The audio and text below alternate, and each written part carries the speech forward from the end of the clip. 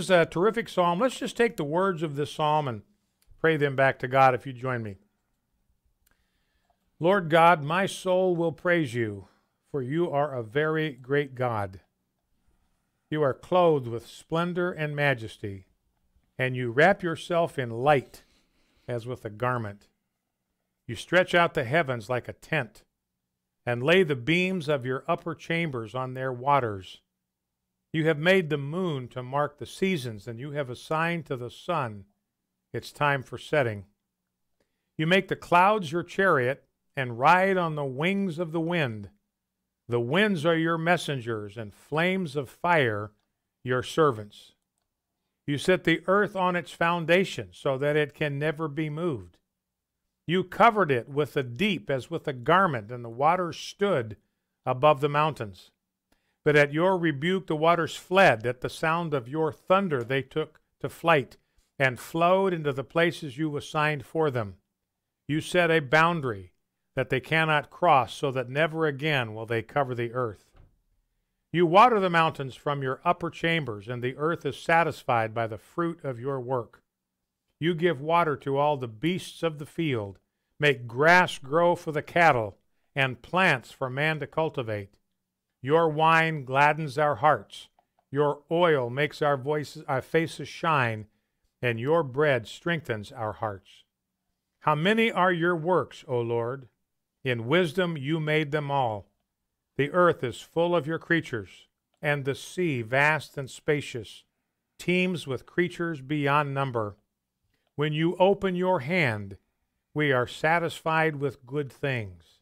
When you hide your face, we are dismayed.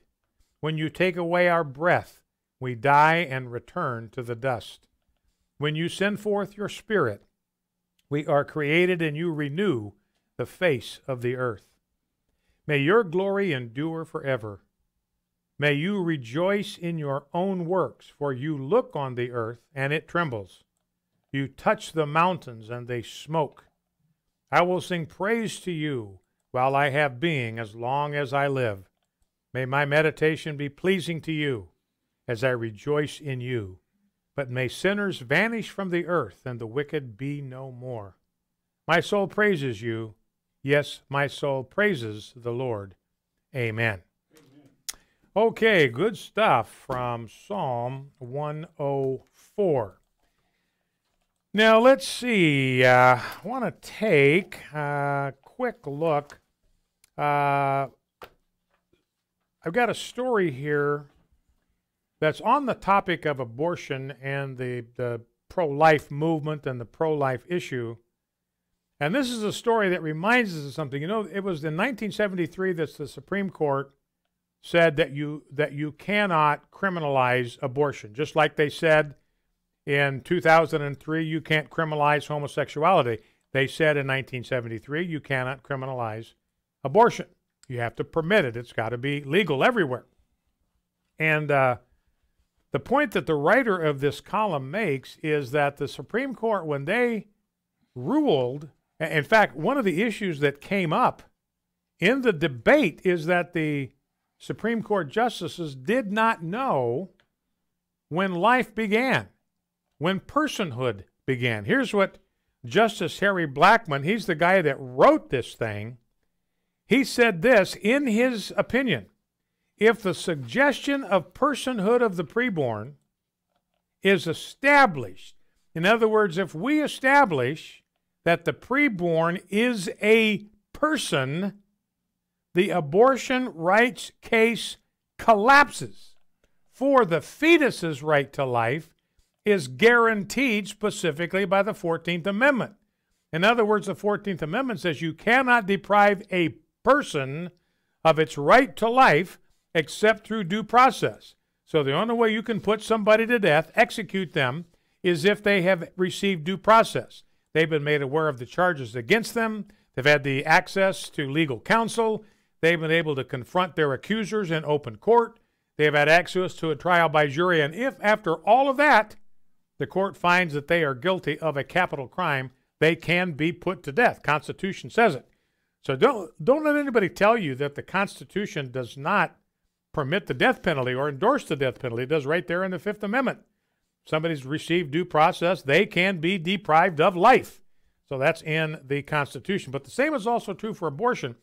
And he's saying, look, the Supreme Court should have known in 1973 when life began because of a publication of Life magazine in 1965.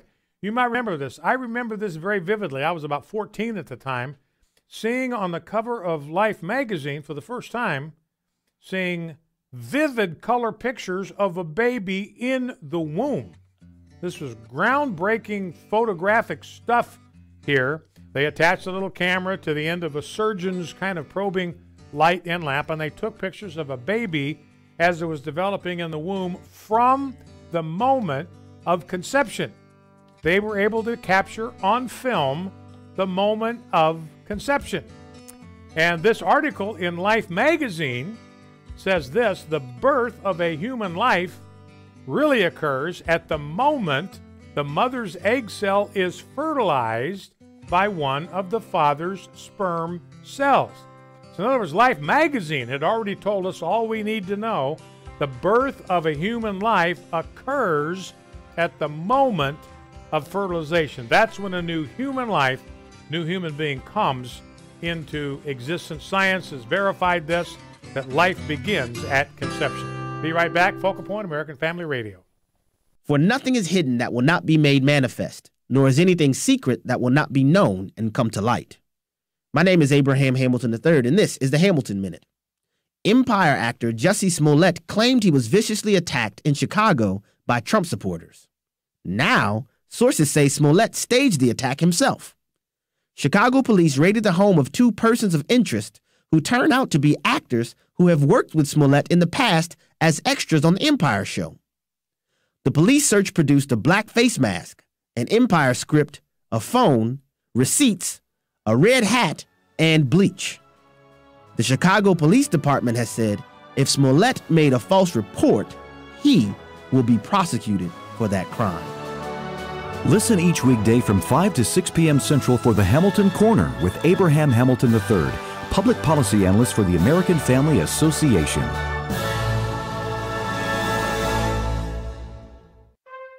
This is Dr. Richard Land, President of Southern Evangelical Seminary. Welcome to Bringing Every Thought Captive. There was a tremendous religious liberty victory in Iowa last week. A U.S. District Court judge has ruled that the University of Iowa must, quote, cease and desist from denying a Christian student group, Business Leaders in Christ, their registered university status because of the group's requirement that the group's leaders follow the group's statement of faith. Judge Stephanie Rose of the U.S. District Court, an Obama appointee, granted a permanent injunction that will keep the University of Iowa from rejecting the status of Business Leaders in Christ based on the university's human rights policy, which the university had cited in its revocation of the Christian group's status. The judge said that the university unevenly applied the policy and still allowed other groups to limit access to leadership or membership based on their religious views, race, sex, and other protected characteristics. She said the Constitution does not tolerate the way defendants chose to enforce the human rights policy, particularly when free speech is involved, she said. The uneven application of any policy risks the most exacting standard of judicial scrutiny, which the defendants, the University of Iowa, have failed to understand. The suit came after the university told the group to change its constitution after a student said he was barred from leadership because he was openly gay. Judge Stephanie Rose found that the university had violated the Christian Club's First Amendment rights to free speech, expressive association, and free exercise of religion. As the group's leader said, the university wanted a license to discriminate, and Judge Rose said, no way. The group's president went on to say, this victory reinforces the common sense idea that universities can't target religious student groups for being religious, end quote. This ruling, he said, is a win for basic fairness, but it is also an eloquent plea for civility in how governments treat Americans in all their diversity. This is a tremendous victory for religious freedom, and it shows that we still have the right to go to court and demand that our institutions follow the Constitution. This is Richard Land. This is Focal Point with Brian Fisher on American Family Radio.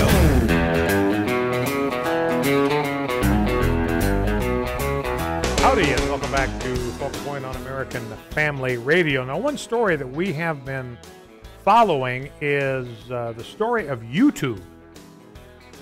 And they have been exposed as a place that basically has been facilitating homemade child porn and exposing children to sexual predators. Jeff was the one that broke that story for us here on this program. And Jeff, I think there's an update on what's going on with that. Yeah, I mentioned it briefly what was going on there, but refrained from saying stuff until we've learned more, and we have learned more. Basically, YouTube is facilitating, knowingly or unknowingly, pedophilia, in a sense that they're. Let me explain a little of what happens.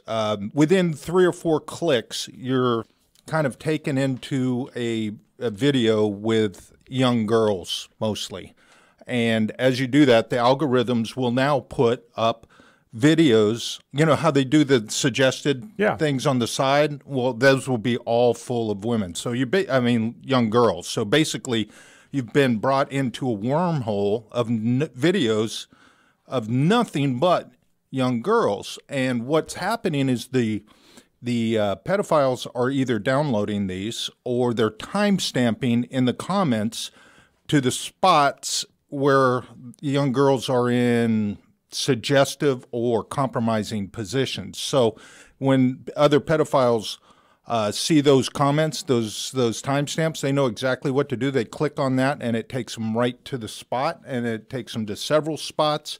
They don't have to go through the whole video. They're basically going through and continuing with more videos, just being sickos. So they're kind of marking the spots that pedophiles would be interested in. Exactly. Basically bookmarking them. Exactly. For them. And you know, you want to say, well, that's in comments. The YouTube doesn't have much to say or do about that. But also it's turned out in their auto, when you go to search for videos in the autocomplete, there is some really disturbing search results that will come up as suggestions. So they'll pop up, and all you got to do is click on that suggestion. It'll take you right to it. And the options you're given are pretty disturbing. Focused on what you've already shown you have some kind of an affection for. And now this story is kind of breaking containment. There are a lot of advertisers such as Disney. The problem is a lot of these are getting so many views by pedophiles that they qualify for being monetized. Advertisers are on there. So now finding that out, Disney, Nestle, some places in Germany, more and more sponsors are starting to pull all ads from YouTube until they get this corrected. Or here's the problem. This isn't a new problem. YouTube's had issues with some kids kind of videos in the past and violent videos in the past, and they heard from the sponsors and they said that they made corrections to curb that type of displays of video. But the problem is they only made moves as long as pressure was on, so and then soon went back. Pressure lifted, they went right back to what they were doing. So this is a time now that not only do sponsors need to step up and cancel all ads to YouTube, they need to hear from parents. Then there needs to be a lot of reporting. Really, at this point, I would suggest if your child has a YouTube account, disable that. Yeah, shut it down. And the problem is right now there's a lot of children that have their own phones and they're uploading videos that are just, when you were kids, we used to make recordings on tape machines and thought we were the Beatles and stuff. It's just harmless little fun these girls or little children are doing. But the problem is there's a lot of sick men out there. Yeah. And your kid could be taken to a place that they didn't anticipate, weren't looking for. There they are, and, something could get triggered in them that could hurt them. Exactly, and this is one other thing that is kind of disturbing, but I need to mention it, is these pedophiles will do challenges in the comments to little girls to get them to do certain things. That the perverted mind wants to look at. It's really hard to even research this stuff, but I think people need to know about this. I did read that if your kid or yourself even has an account with YouTube, you should disable the comments, and this will help that at the very least. Yeah. That's the minimum. Yeah. If you don't want to delete the account or just delete or stop the comments. Yeah, but disable I know what you mean, but I think that still leaves the possibility of perverts downloading the video or copying the video for themselves and reposting it. So I would recommend disabling it altogether. And it's a good move that you have some advertisers that are pulling their money, because I guarantee that is the only thing that Google cares about. Yeah. Google owns YouTube. The only thing they care about with YouTube, they don't care about content. They don't care about it being clean. They don't care about morality. They don't care about offending parents. What they care about is one thing only, and that is making money. So if the number of advertisers just pull their money from YouTube, from Google and YouTube, the better off we will all be. All right, we want to bring on a guest on the program here in the next few minutes, who I think it's going to be an interesting conversation for us. Stuart Taylor Jr. is the guy we want to talk to, and he is the co-author of a book called Mismatch: How Affirmative Action Hurts Students It's Intended to Help, and Why Universities Won't Admit It. So we'll catch up with Stuart Taylor Jr. here in just a couple of minutes and ask him about that. Something that we followed in this program virtually since the beginning, the way that blatant racism has crept into student admission policies at some of the most elite universities in America. We've seen that at Harvard, where Asian students are systematically disadvantaged. They have to score SAT scores that are much, much higher than white students, several hundred points higher than Hispanic students, several hundred points higher than black students, if they're even going to be considered for admission to Harvard, or maybe it was Yale. It was one of the most elite colleges in the country, systematically discriminating purely on the basis of color. It wasn't a matter of merit SAT scores. It was a matter of systematic discrimination on the basis of race and their desire to artificially create this sense of diversity on their campus, diversity of race. Well, I believe our guest is with us right now. I guess we just lost him there for a second. We'll try to get Stuart back here, and when we do, we will bring him into the conversation. Now, we'll come back to this here in just a second, but you are probably aware by now that Jussie Smollett has been arrested by the Chicago police. He's being charged with filing a false police report, and we'll talk about that more as the program develops. But that is heading toward, and it's going to be the end of Jussie Smollett for a while. I think that Chicago police are looking at making an example out of him, as well they should. And so Jussie Smollett may have been trying to extend his career, prolong it, get more money. He's going to wind up behind bars. Well, let's welcome to our decision maker line Stuart Taylor, co-author of the book Mismatch: How Affirmative Action Hurts Students It's Intended to Help, and Why Universities Won't Admit It. Well, Stuart, let me just start with the question that you raise in the title of your book. Welcome to Focal Point on American Family Radio, by the way. How does affirmative action in admissions policies, how does it hurt the students that it's supposed to help? In a nutshell, it sets students who are admitted with less academic qualification and background than most others, as in the minority students who get admitted through huge racial preferences. It sets them up for failure. It puts them into courses where they're not competitive with their classmates. This leads many of them, especially who wanted to be scientists, say, or doctors or engineers. Those are hard courses. The minority kids who are admitted based on lower standards cannot perform well enough in those courses even to pass, so a lot of them. And so a lot of them switch out. They go into much softer courses. They rank near the bottom of their class, not all of them, of course, but most of them. And this is not good for them. This makes them unhappy. Nobody's particularly happy about, being at the bottom of the group, no matter what group it is. It makes them doubt their intellectual capacity, even though if they were at a less challenging school, they could do fine. Not that many flunk out, but a larger percentage flunk out. And then it just does huge damage. It does huge damage to race relations. It helps explain the self-segregation in lunchrooms. It helps explain the protests by people who are among the most fortunate students in the world in many ways. Kind of pointless protests. But, why are they unhappy? They're unhappy because they're not doing well in their courses, and the people who admitted them know that that's going to happen. So why won't you? We've seen this. We've talked about Harvard. We've talked about Yale. We've talked about other elite schools that are doing this, or systematically engaging in racism. In my book, by making race a factor in admissions. If you admit somebody, or you give somebody special advantages or special privilege solely because of the color of their skin, to me, that's just racism.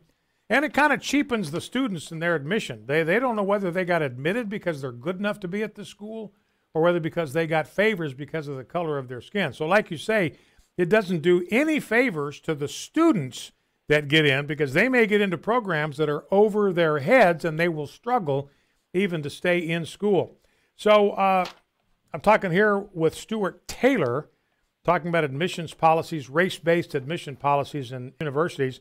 And there was a recent story in Politico, and I wonder if you could talk about this, Stuart, at North Carolina, University of North Carolina, and their affirmative action policy. Tell us what's going on there.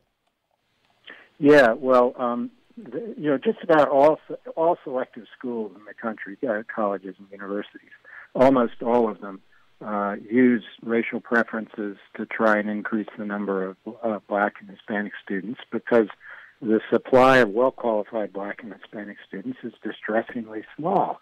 Graduating from high school, that's a whole other story. Why is that so?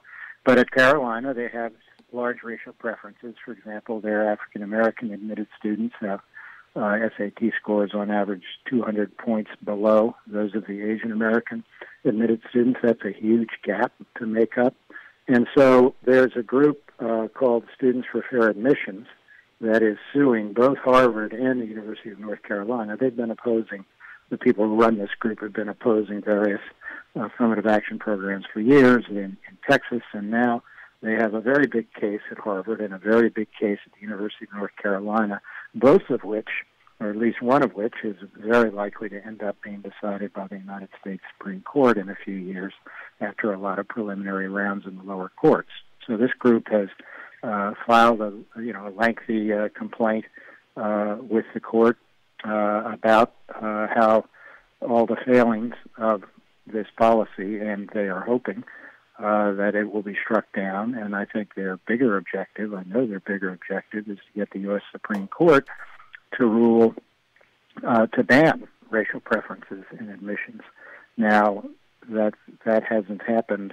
The court has upheld them many times, but there is a conservative majority now for the first time in many decades, and most of them have indicated that they oppose racial, that they don't approve, that they think there's a constitutional problem with racial preferences in admissions. So the possibility of a big cutback on that by the Supreme Court is now greater than it's ever been before. Well, and like you were saying, I was talking here with Stuart Taylor, who has been studying racial admissions policies on American college campuses. If you had a student that maybe went to a very, very competitive school and had trouble keeping his head above water, maybe almost flunked out of his chosen course of study and had to settle for something else, if he was in a less competitive school, he might do very well in his chosen field, chosen discipline, and be able to build a career on that, where if he's in a place where he's over his head, he might wash out altogether and have to pursue a different kind of career altogether. So it doesn't do any favors to people who are favored based on skin color.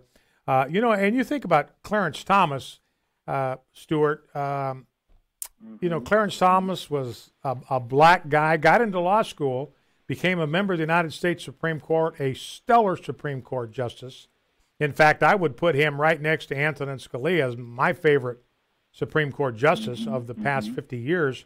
And yet people still today, they will criticize Clarence Thomas that, he just got in because he was Black. The only reason he got into law school is because of the color of his skin.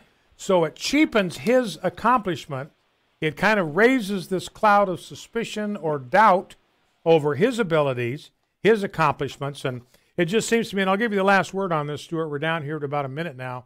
But, you know, Martin Luther King said, I want my kids to be judged by the content of their character, not the color of their skin. So it seems like we want to go to a kind of admissions policy where it's based on merit, where the brightest students, the most gifted students are admitted regardless of their ethnic background, regardless of the color of their skin. That seems to be the best way to go. I agree. Just three last quick points. One, the reason black kids have a hard time in these selective colleges is not that they're black. It's that they are admitted based on lower standards. The black kids who have the same high school grades and test scores as their classmates are in the same range. They do fine in college. They don't have a problem about being black. The problem is the way they were miseducated in the first 18 years of their lives. Two, this creates, reinforces the pernicious stereotype of racial differences in intelligence, because when the students see this all around them. Number three, if the Supreme Court doesn't cut this back, it's forever. The University of America are deeply committed and passionately committed to using racial preferences as large as they have to get the numbers they want. Our guest has been Stuart Taylor. Stuart, thank you for being on. We'll be right back. Here's Twyla Brace, president of CCHF, with today's Health Freedom Minute. Big government has a nasty habit of handing out dollars to the undeserving and the ineligible. This, of course, allows officials to use up their budget, call the program a success, and sometimes ask for more taxpayer dollars the next year. Here's one example. Nearly 2 years ago, the HHS Office of Inspector General estimated that Medicare had paid more than $729 million to hospitals and doctors that did not meet the requirements of the electronic health record program. So far, the Medicare administration has only recovered $2 million. The administrator of Medicare says it doesn't have extra dollars for fraud and abuse. Therefore, it's likely you and I will have to settle for being swindled. Learn more about protecting your healthcare choices. Sign up for the CCHF Weekly E-News Update at cchfreedom.org. That's cchfreedom.org. Emotions are horrible generals, but they're great foot soldiers. God has given us the wherewithal where we dictate to our emotions, where we tell our minds what to do, not the other way around. Your mind says you can't walk all right before God. Guess what? Shut up, mind. Get in line. Nah, I can't get fit. I can't eat right. Shut up, mind. Get in line. Tune in to the Hamilton Corner, weekday afternoons at 5 Central on American Family Radio. Your mind is not the boss of you. You're the boss of your mind.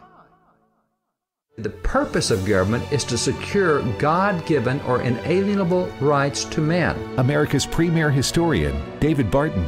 John Dickinson, who's also a signer of the Constitution, he said, an inalienable right is a right which God gave to you and which no inferior power has a right to take away.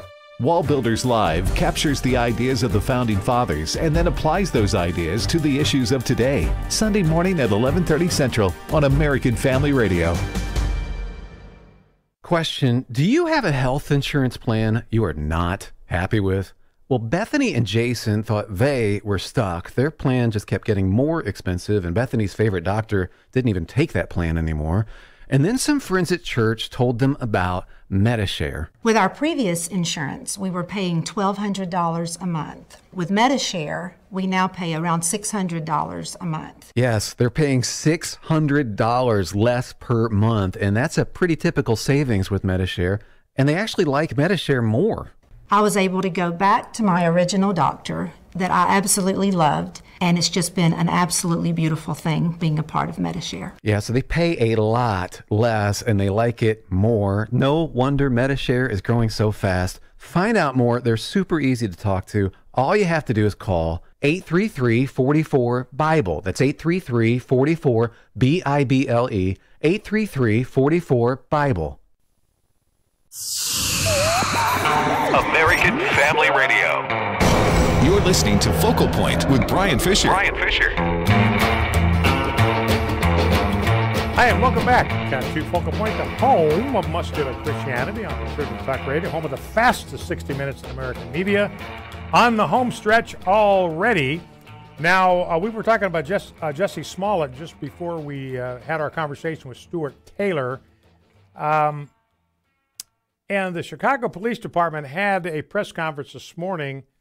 Police Superintendent Eddie Johnson conducted it, and he talked about the Smollett, or I guess it's Smollett is how he says it, talking about this hoax.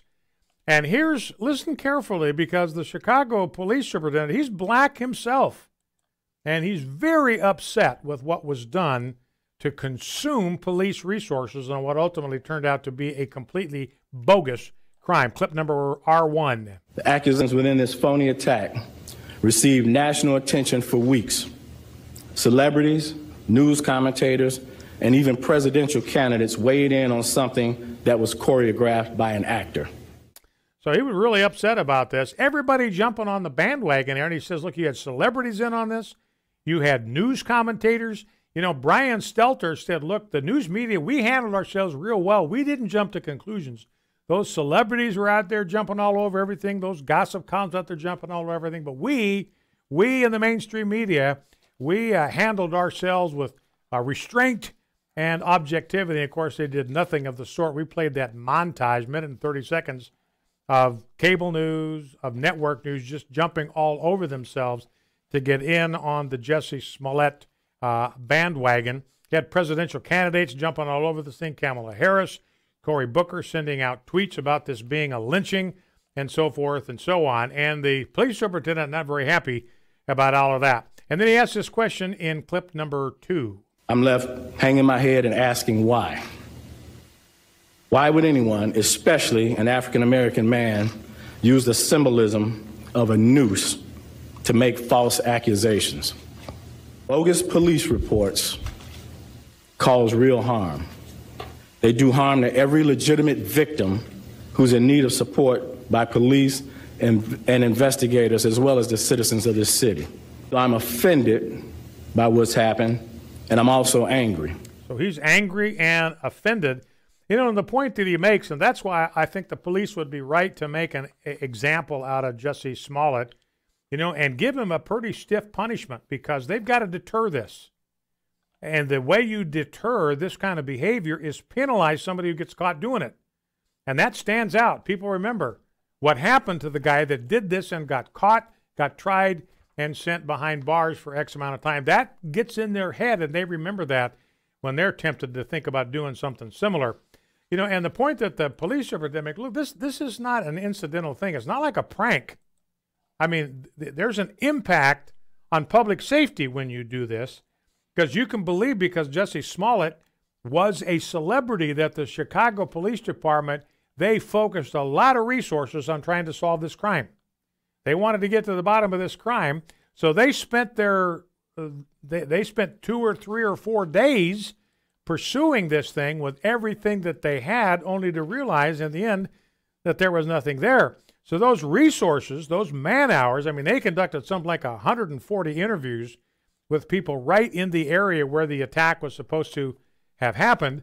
I mean, that's a cop doing that interview. Got to have 140 of them. That's a lot of man hours doing interviews, and those cops obviously could not spend their time on any other crime, trying to solve any other crime or track down another suspect. So and they're thinking of going after him for the cost of the investigation. I think that would be appropriate. So this is not a deal. These false, fake hate crimes, this is not a no harm, no foul kind of thing, because real harm is being done by these fake crimes. So you got to stop it, these fake hate crimes.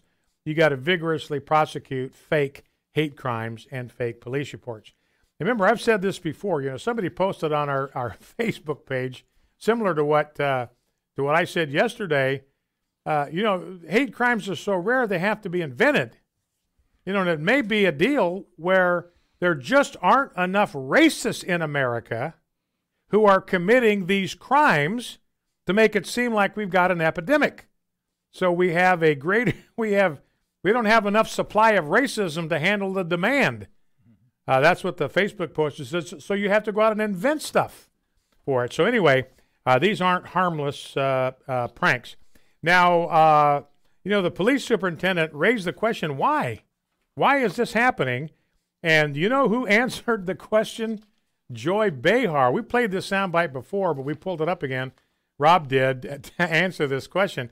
Because this question, why are they doing this, it came up. And why are we so quick to believe these stories? Why do we believe these stories? Why are we so gullible about this kind of stuff? And here's how the exchange between Whoopi and Joy Behar went. Why do we keep making the same mistake and then have to walk stuff back when it turns out we're wrong? Because we're desperate to get Trump out of office. So that's why we jumped the gun. That's why we're quick to believe the worst stories that can be told about white people. That's why we're content to believe the worst stories that can be told about Donald Trump, because we hate that guy so much. We want him destroyed. We want him obliterated. We want him removed from office. We want him removed from the United States. So we will believe anything. We want our ears tickled. We'll believe anything as long as it reflects poorly on Donald Trump or on whites as a race, like you had with the Covington students. And by the way, you saw the story where Nick Sandmann, who was the main victim in that deal, he's filing suit against the Washington Post for $250 million, which is exactly what what's his name, Jeff Bezos, paid for the Washington Post. He paid $250 million for that rag, so that's what they're being sued for, because the minimum, they know they've got at least $250 million around somewhere of Jeff Bezos' money to be able to satisfy a judgment against them. And I frankly hope that this will succeed, because this is another way to begin bringing some accountability to the media. Now, again, they're just like Google. They're just like YouTube. You got to hit them in the wallet before it registers with them. If they got to cough up $250 million, they're going to be much more careful before they start slinging mud the next time. And the reason they can do it with Nick Sandmann, the reason they could even take the Washington Post to court, is that Nick Sandmann is just an ordinary private individual. If it's a celebrity, you couldn't do this kind of thing. If you're a public figure, I learned this when I was an idol, you're a public figure. They can say anything about you they want, and you have no recourse. You call the newspaper to complain, and they say, hey, it's legal. And you say, well, I'm not talking about what's legal. I'm talking about what's right. And they say they don't care. As long as it's legal, they're fine.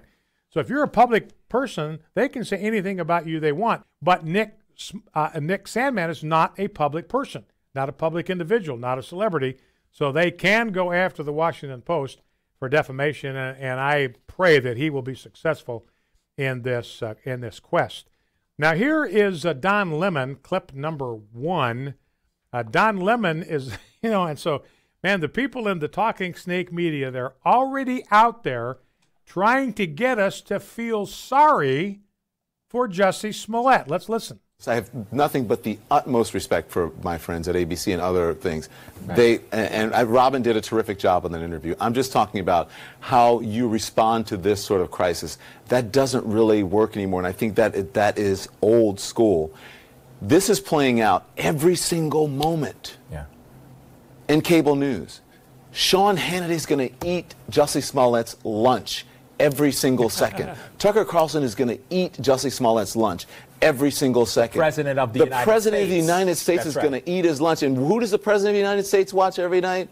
You. Cable news. Yeah, well, cable news. And so that's all I'm saying. That's all I'm saying. All right, so he's trying to make us feel sorry for Jussie Smollett because Sean Hannity is going to go after him. Tucker Carlson's going to go after him. The President of the United States is going to go after him. And they're going to eat his lunch because what he did was so egregious and was, in fact, criminal. Now, Trevor Noah, he's the host of The Daily Show. It's interesting. One of the rare moments of insight from somebody who's in the Talking Snake media and on the left side of the spectrum, clip number 2. I don't know where it's going to go, how it's going to go. I do know if I was Trump, this is a home run in my world. Because so many people jumped on board before they even waited to see what it was about. They're I don't know. We live in a world where people are too enthusiastic at jumping at stories that confirm their biases, and instead of just pausing and going, what do I make of the story? What do I make of this story? Of my own volition. Forget your political anythings. This is does it confirm your biases? That's when I always think you have to be even more vigilant, is when it confirms everything you've believed. And this goes for both sides of people. Because Trump supporters are in the deepest conspiracies ever. It's not like anyone's immune to this. But I think increasingly, since Trump has come into power, people have become increasingly willing to accept any story that confirms anything about a Trump supporter or Trump or a white person, or it's just like, and I always go like, do not become the thing that you disdain. Do not become the thing that you hate, because then what are you fighting for if you've become the thing that you're trying to fight against? All right, so I think that's a pretty good point. And he makes the observation here that people are quick to believe the worst. Let's see exactly how he puts it. Increasingly willing to accept any story that confirms anything about a Trump supporter or a white person. That's why they were so quick to jump on this Nick Sandmann, why the Washington Post was, and they've got themselves in potentially a $250 million deep hole because they were quick to believe the worst that people were saying or were thinking about Nick Sandmann, and how this smirk, and everybody wanted to punch that smile off of his face. He was just trying to smile. Somebody suggested, he's got a gap in his front teeth. Maybe he was self-conscious about his smile, and he was keeping his lips closed because he was self-conscious. But it could have been nothing more than that. But he said, look, all I was trying to do was just try to smile in order to diffuse the situation, but that didn't fit the narrative that white people are bigots and racists, and so they went with what they wanted to hear. Now, here is Lynn Wood. He is the attorney for Nick Sandmann, going after the Washington Post for $250 million. Here's what he had to say, clip 3. If Nicholas had not purchased that souvenir cap that day at the mall, if he was not wearing it, none of us would know who Nicholas Sandmann is. He would still be living his life privately, going to school without worrying about how his school and his classmates and the world feel about him. Here's a 16-year-old kid, Sean. It's tough being 16. Think about what this young boy is having to deal with at age 16 when the entire world saw him the way the media portrayed him, as literally the face of evil. It is inexcusable, reprehensible conduct by the media. And the Washington Post led the way. And by the way, he indicated later in that interview that maybe they're going to go after CNN next and then NBC after that. And I will guarantee you those folks are getting pretty nervous because it's getting hot underneath the seat where they are sitting right now.